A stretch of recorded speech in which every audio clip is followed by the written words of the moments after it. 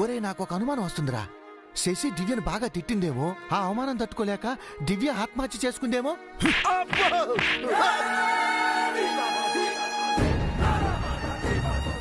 ఒరే నన్నే కొడతా. దివ్యమ్మ గురించి ఒక్క మాట చెడుగా మాట్లాడినా కొట్టడం కాదు, చంపేస్తాను. ఎంత ధైర్యం రా నీకు? మా దగ్గర కూలి పనులు చేసుకుని బ్రతికే జీతగాడివి నన్నే కొడతావా? నీ అంతు చూస్తాన్రా. ఏంటి నా అంతు చూసేది?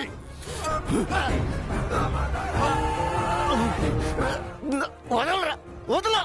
పెద్దవాడివి కదా, పోన్లే పాపం అని చూసి చూడనట్టు వదిలేస్తుంటే దివ్యమ్మ గురించి నీ నోటికొచ్చినట్టు మాట్లాడతావా? మనిషివేనా నువ్వు?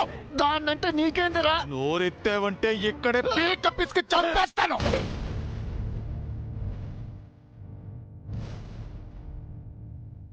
చల్లని తల్లి 10 కాలాల పాటు చల్లగా ఉండాలని కోరుకోవాలి కానీ చనిపోయిందంటారా? చంపేస్తాను. ఏంద్రా ఎక్కువ మాట్లాడుతున్నావా? దివ్యకు నీకు ఏంద్రా సంబంధం? దివ్య నా ఇంటి ఆడపడుచు, నేను ఆ ఇంటి అల్లుండే. మాకు రక్త సంబంధం ఉంది, నీకేముందిరా? మీది రక్త సంబంధం అయితే నాది విశ్వాసం. ఆ ఇంటి కోసం నా ప్రాణాలైనా ఇస్తాను, అవసరమైతే నీలాంటి వాళ్ళ ప్రాణాలైనా తీస్తాను. ఏదో ఒక్క మాట అంటే చంపేస్తావా? మా ఇంటి ఉప్పు తింటూ నా పైన చెయ్యేస్తావా? నువ్వెంత, నీ బతుకెంత? నా గురించి నా బతుకు గురించి ఏవైనానండి పడతాను, కానీ దివ్యమ్మ గురించి ఏమైనా అన్నారో ఇంత వయసు వచ్చింది, ఏం మాట్లాడాలో తెలియదండి మీకు? శశి అంటే తప్పలేదు కానీ నేనంటే తప్పు వచ్చిందా? శశమ్మ ఏమన్నారో నాకు తెలియదు, కానీ మీరు అలా మాట్లాడకూడదు. శశి దివ్యని ఏం తిట్టిందో చెప్తే శశమ్మను కూడా చంపేస్తావా? దివ్యమ్మ కోసం అవసరం అయితే ఆ దేవుణ్ణి ఎదిరిస్తాను. ఎదిరిస్తావురా? కళ్ళు నెత్తికెక్కాయి నీకు. మా ఇంటి తిండి తిని బాగా కొవ్వెక్కింది నీకు.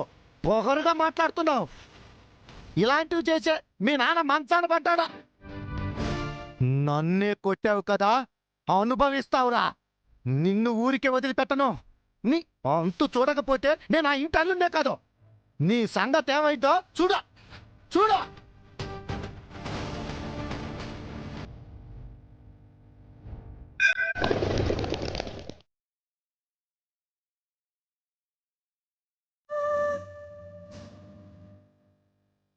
మా అన్నయ్య చావుకి కారణం తనే, ఈ పాపం తనదే.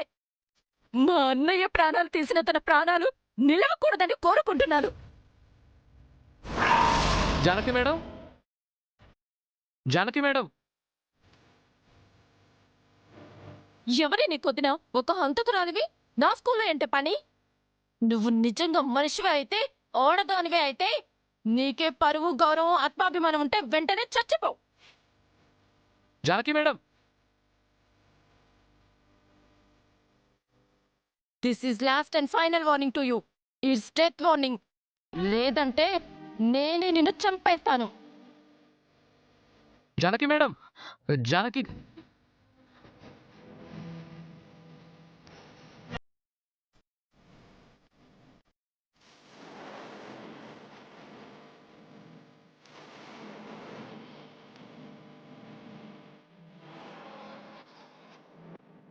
మంగను వదిలేసి ఇక్కడేం చేస్తున్నారండి?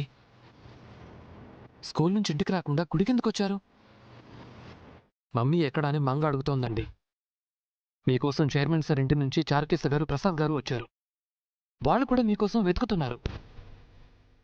మీరెందుకు బాధపడుతున్నారు, మీకేం జరిగిందని నేను అడగనండి. బురకాలు ఎందుకు తిరుగుతున్నారో అని కూడా ప్రశ్నించాను. మీ గతం ఏంటి, మీకేం జరిగింది, మీరెవరు, ఇవేవీ నేను అడగదలుచుకోలేదండి. మీకు చెప్పాలనిపిస్తే చెప్పండి, లేదా వదిలేయండి. అవన్నీ అడిగి మీ దగ్గర చెడు అవదలుచుకోలేదు. అది పూర్తిగా మీ వ్యక్తిగతం. నేను మీకు ఒక మంచి ఫ్రెండులా ఉండాలనుకుంటున్నాను. నా వల్ల మీకేదైనా మంచి జరిగితే చాలు అనుకుంటున్నానండి. మీరు మంగా సంతోషంగా ఉండాలని కోరుకుంటున్నానండి. అందుకు నా వంతు సాయం ఏదైనా చెయ్యాలనుకుంటున్నాను. దివ్యమ్మా,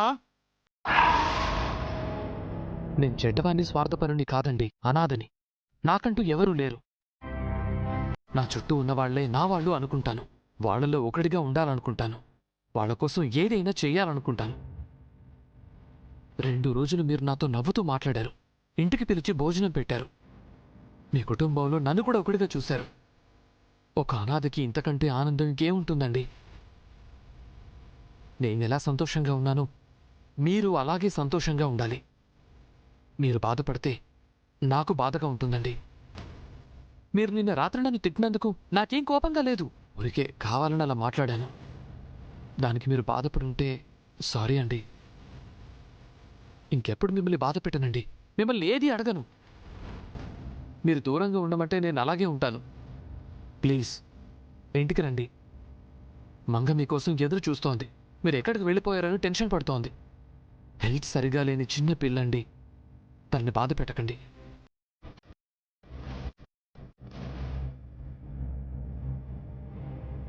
దివ్యమ్మా, దివ్యం,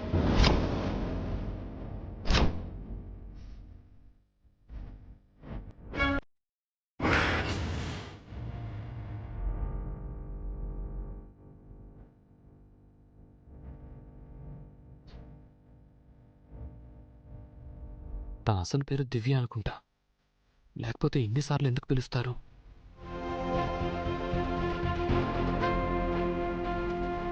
మేడం ఇక్కడే ఉన్నారు సార్.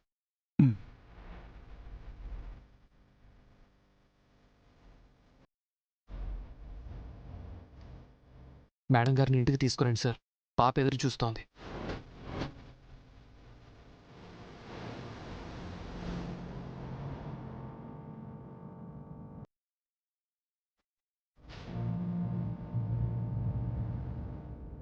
ఏంటమ్మా ఇది? ఎందుకు ఇక్కడున్నారు? ఏమైందమ్మా? సీతమ్మ మిమ్మల్ని చూసారా? ఏమైనా అన్నారా? అందుకే మీరు ఇక్కడికి వచ్చి బాధపడుతున్నారా? చెప్పండమ్మా, ఏం జరిగింది?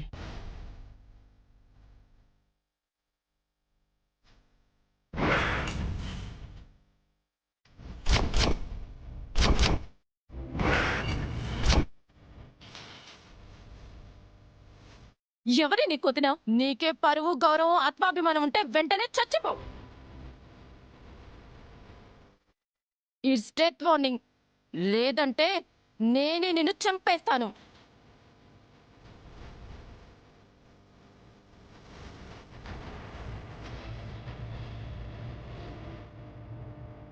నేను భయపడ్డట్టే జరిగింది చారుకేశ.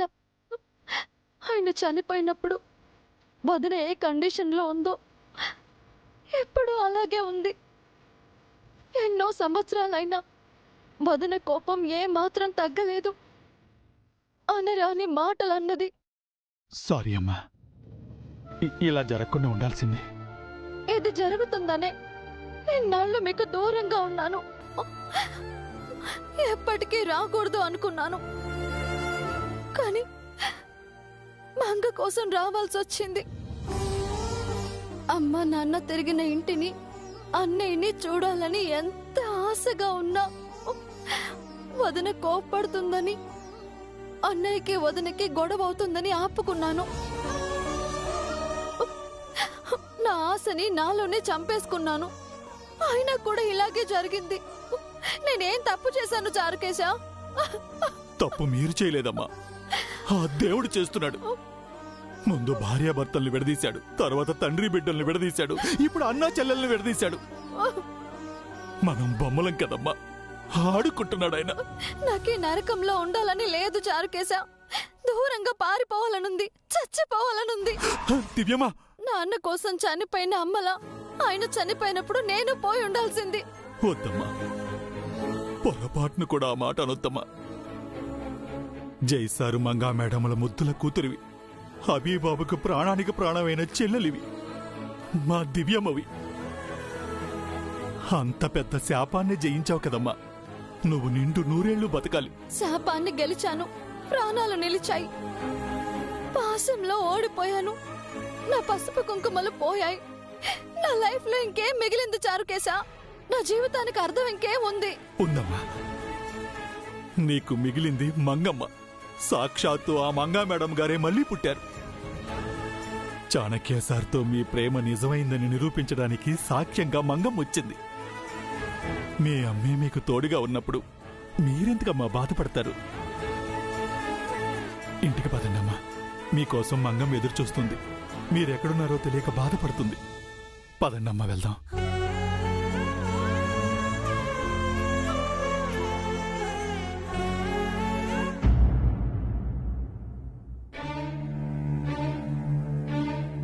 జయే, మీ అమ్మ ఎక్కడా? పైన గదిలో ఉంది, వెళ్ళకండి. మా అమ్మ కోపంగా ఉంది, తిడుతుంది. ఈవిడ తిడుతుంది, వాడు కొడతాడు. ఎవడు కొడతాడు? అన్నయ్య, తాతయ్యని ఎవరు కొట్టారు? ఆయన పిచ్చోళ్లే, నువ్వు చదువుకో.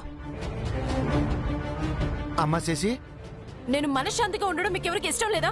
కాసేపు నన్ను ఒంటరిగా ఉండనివ్వండి. నేను చెప్పేది విన్న తర్వాత ప్రశాంతంగా ఉంటావో ప్రళయంగా మారిపోతావో నీ ఇష్టం అమ్మా. ఏం చెప్పాలి? నువ్విప్పుడు ఎందుకు ఇలా ఉన్నావో నాకు తెలుసు. ఏం తెలుసు మీకు? నువ్వెవరినైతే జీవితంలో చూడకూడదు అనుకున్నావో, ఎవరి పేరైతే ఈ ఇంట్లో వినిపించకూడదు అనుకున్నావో, ఎవరినైతే ద్వేషిస్తున్నావో, ఎవరు నీ అన్న చావుకు కారణమో ఆ దివ్యని ఈ రోజు నువ్వు చూశావు.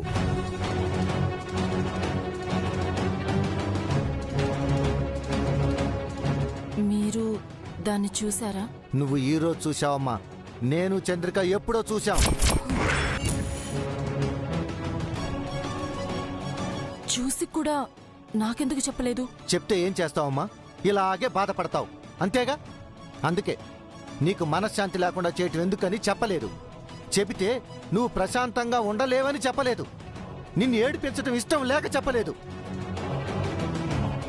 అవునమ్మా, ఎన్నో ఏళ్లుగా ఈ ఇంట్లో మేము ఉంటున్నాం. ఏ రోజు ఎవ్వరూ ఇవ్వని గౌరవం నువ్వు మాకిచ్చావు. నీ వల్ల మా పరువు దక్కింది. వేళకింత తిండి పెడుతున్నావు. అందుకే ఆ కృతజ్ఞతతో దివ్య గురించి నీకు చెప్పకుండా నీ రుణం తీర్చుకోవాలనుకున్నాం. ఇప్పుడు నువ్వే దివ్యను చూశావు కాబట్టి నోరు విప్పి చెప్తున్నాను. ఆ దివ్య సామాన్యురాలు కాదమ్మా, విదేశాల్లో చదువుకొని వచ్చింది.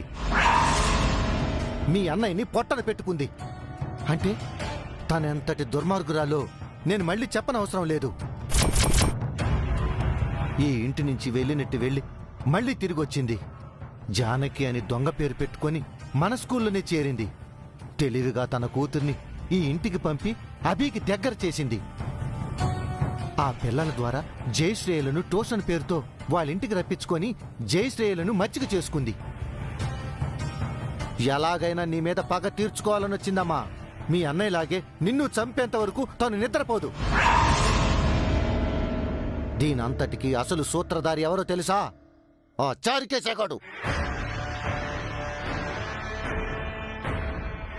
దివ్యని మేం చూసి కూడా ఆ విషయం ఇంట్లో తెలియకుండా పిల్లల్ని మేమే స్కూలుకి తీసుకెళ్లి తీసుకువస్తున్నాము. నువ్వు టెన్షన్ పడకుండా మేము టెన్షన్ పడ్డాం. కానీ ఆ చారికేశగాడు మాకంటే ముందే దివ్యని చూశాడు. నిన్నెలా టార్చర్ పెట్టాలో ఆ దివ్యకు ప్లాన్ ఆఫ్ యాక్షన్ ఇచ్చిందేవాడు. మన ఇంట్లో అన్నం తింటూ ఆ దివ్య కోసం పనిచేశాడు, నీపై కుట్రలు చేశాడు. ఆ దివ్యనైనా క్షమించొచ్చేమో కానీ ఆ చారికేశగాడిని అస్సలు క్షమించకూడదమ్మా. ఆ వెధవుని ఏం చేసినా పాపం లేదు. దాన్ని క్షమించను, వాణ్ణి క్షమించను. ఎవరికి చేయాల్సింది వాళ్ళకి చేస్తాను. వర్కౌట్ అవుతుంది. అవునమ్మా, ఈ కాలంలో ఎవరి పాపానాళ్ళు పోతారు అనుకోవటానికి వీల్లేదు. మన ప్రతీకారం మనమే తీర్చుకోవాలి. మన ప్రయత్నం వల్లే మన శత్రువు చావాలి. దివ్యకు సహకరిస్తున్న ఆ చారికేశగాణ్ణి చావు దెబ్బ కొట్టాలి. శశి, శశి, అదిగో అభి వస్తున్నాడు. ఆ చారికేశగాడి సంగతి తేల్చేయాలి. అయ్యో, ఎంత కష్టం వచ్చిందమ్మా నీకు. పగోళ్ళకు కూడా రాకూడదు. శశి, అయిపోయిందని ఏడుపు. ఎందుకు బాధపడుతున్నావంటే చెప్పవు. ఏం తాతయ్య, నీకైనా చెప్పిందా? ఏం చెబుతుందిరా పాపం. అమ్మా నాన్న లేని ఆడపిల్ల, అన్నయ్య కూడా లేడు. నువ్వేమో పట్టించుకోవు. ఏం జరిగిందో తను చెప్తేనే కదా నేను పట్టించుకోవడానికి. శశి, ఇప్పుడైనా చెప్తావా? అసలు ఏమైంది? ఏం లేదు, మా అన్నయ్య గుర్తొచ్చాడు. ఇప్పుడెందుకు గుర్తొచ్చాడు? ఏ, మీకు మీ చెల్లెల అస్తమానం గుర్తొస్తుంటుంది కదా, నాకు మా అన్నయ్య గుర్తు రాకూడదా? ఇప్పుడు దివ్య గురించి ఎందుకు? మీ అన్నయ్య గుర్తొస్తే ఫీల్ అవ్వు. దానికెందుకు కోపం? వెంటనే చారుకేసిని జాబ్లోంచి తీసేయండి. అసలు ఏం మాట్లాడుతున్నావు? ఎందుకు తీసేయాలి? నేను చెప్తున్నాను కదా, వెంటనే చారుకేసికి ఊస్టింగ్ ఇవ్వండి. కుదరదు. వైఫ్ కన్నా ఒక ఎంప్లాయ్ ఇంపార్టెంటా మీకు? చారుకేసా ఎంప్లాయ్ కాదు, నా ఫ్రెండ్ అని నీకు తెలుసు. తను నీకు కూడా ఫ్రెండే. జీతం తీసుకునే కూలుడు వాడు నీకు ఫ్రెండ్ ఎట్లా అవుతాడ్రా? ఏం మాట్లాడుతున్నావు తాతయ్య? శశి కంటే తెలీదు, మీకు తెలీదా? చారి అంకుల్ ఎన్ని ఇయర్స్ ఈ ఇంటి కోసం వర్క్ చేశారు, ఎంత నమ్మకంగా ఉన్నారు. చారుకేశ కూడా చారి అంకుల్ లాగే ఉన్నాడు. వాళ్ళెప్పుడో మన బంధువులు అయిపోయారు. చారు కేసే నాకు నచ్చలేదండి. కావాలంటే 1 year శాలరీ ఇప్పుడే ఇచ్చేసి ఇంకో కంపెనీ చూసుకోమని చెప్పండి. మన ఆస్తిలో సగం ఇచ్చినా కూడా చారుకేశ మనల్ని వదిలి వెళ్ళడు. ఏం చేస్తే వెళ్తాడు? చారుకేశ వెళ్తానన్నా నేను ఒప్పుకోను. మీకు నేను కావాలా, ఆ చారు కేసు కావాలా? హే, పిల్లలు ఆకలంటున్నారు, వచ్చి భోజనం పెట్టు. నా ప్రశ్నకి ఇంకా సమాధానం చెప్పలేదు. నాకు నా చెల్లెలు, నువ్వు, చారుకేశ ముగ్గురు ఒకటే.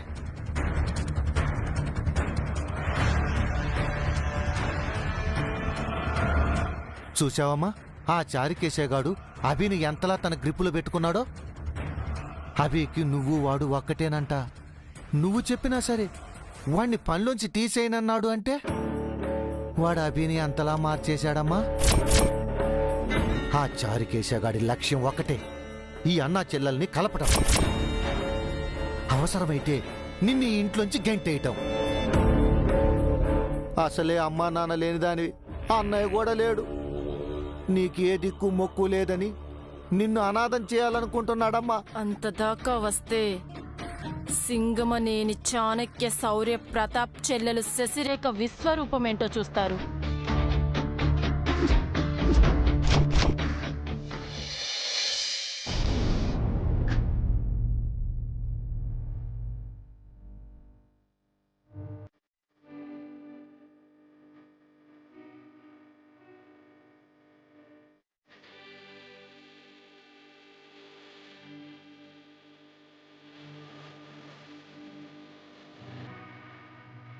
మేడం గారిని చూస్తుంటే చాలా జాలేస్తుంది సార్. ఆవిడెప్పుడు ఇలా లేరు, ఏదో పెద్ద ప్రాబ్లంలో ఉన్నట్టున్నారు. అవును కుమార్, ఈరోజు గుళ్ళో జానకి గారిని చూసినప్పుడు మనసంతా అదోలా అయిపోయింది. అశోకవనంలో సీతమ్మ వారిలా కూర్చుని ఉన్నారు. తనకేదో పెద్ద సమస్య ఉంది, ఎవరికీ చెప్పుకోలేని ఆత్మాభిమానం ఉంది. పాపం తనలో తనే కుమిలిపోతోంది. మీరేమని అడిగారా సార్ మేడంని? లేదు కుమార్, అడిగి తనని ఇంకా బాధ పెట్టదలుచుకోలేదు. ఒకటి మాత్రం నాకు బాగా అర్థమైంది, తను ఎవరి దగ్గర చేయి చాచని, ఎవరిని నోరు తెరిచి సాయం అడగని కుటుంబం నుంచి వచ్చుంటుంది. వీలైతే తనే ఇస్తుంది, తనెవరిని అడగదు. పోరాటం ఆమె జీవితం అయ్యుంటుంది. ఆమె ఇప్పుడు ఏదో పెద్ద పోరాటంలో ఉందని నాకు అనిపిస్తోంది. ఆ పోరాటం ఒంటరిగా చేయాలనుకుంటోంది. తను అడిగితే మనం సహాయం చేయాలి తప్ప అడిగి బాధ పెట్టకూడదు. నిజమే సార్, భర్త బంధువులు ఎవరూ లేకపోయినా చిన్న పిల్లతో ఒంటరిగా బతుకుతున్నారంటే ఎంతో ధైర్యం ఉండాలి. కష్టాలతోనే మేడం గారి జీవితం మొదలైందేమో. మేడం గారి కష్టాలకి ముగింపు ఎప్పుడో. మేడం గారు ఏ నిర్ణయం తీసుకుంటారో ఏమో.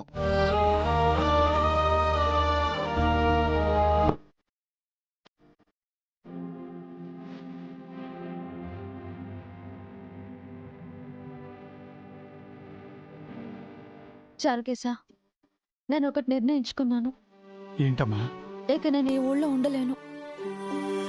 మంగని తీసుకుని ఎటైనా వెళ్ళిపోతాను. ఎందుకు మమ్మీ? ఇది మన ఊరు కాదు మంగ. ఇక్కడ మన వాళ్ళు ఎవరూ లేరు. మనకి ఏ ఊళ్ళోనూ బంధువులు లేరు కదా మమ్మీ. ఎక్కడికి వెళ్తాం? తెలీదు మంగ. ముందిక్కడి నుంచి వెళ్ళిపోవాలి, అంతే. వెళ్ళిపోండి అమ్మా, వెళ్ళిపోండి, వెంటనే వెళ్ళిపోండి. నిజాన్ని ఒప్పించే ధైర్యం లేనప్పుడు, నిందల్ని మోసే ఓపికొన్నప్పుడు ఇంకా ఎందుకు ఎక్కడున్నారు? వెళ్ళిపోండి, పారిపోండి. చారుకేశా, చిన్నప్పుడు మీ పిన్ని గారు గన్ను పట్టుకుని వెంట పడితే పారిపోయారు కదా.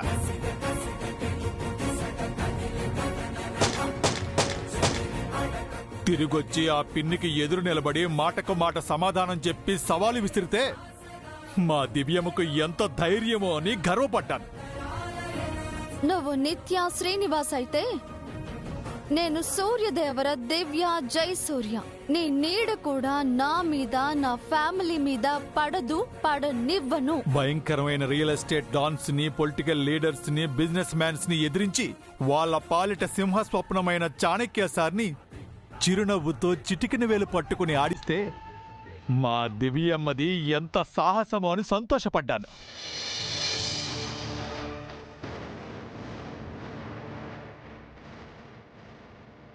తోడుగా అన్నయ్య లేకపోయినా వేల కోట్ల వ్యాపార సామ్రాజ్యాన్ని ఒంటి చేతితో నడిపించటం చూసి మా జైసార్లా మా దివ్యమ్మ ఎంతో తెలివైందని ముచ్చటపడ్డాను.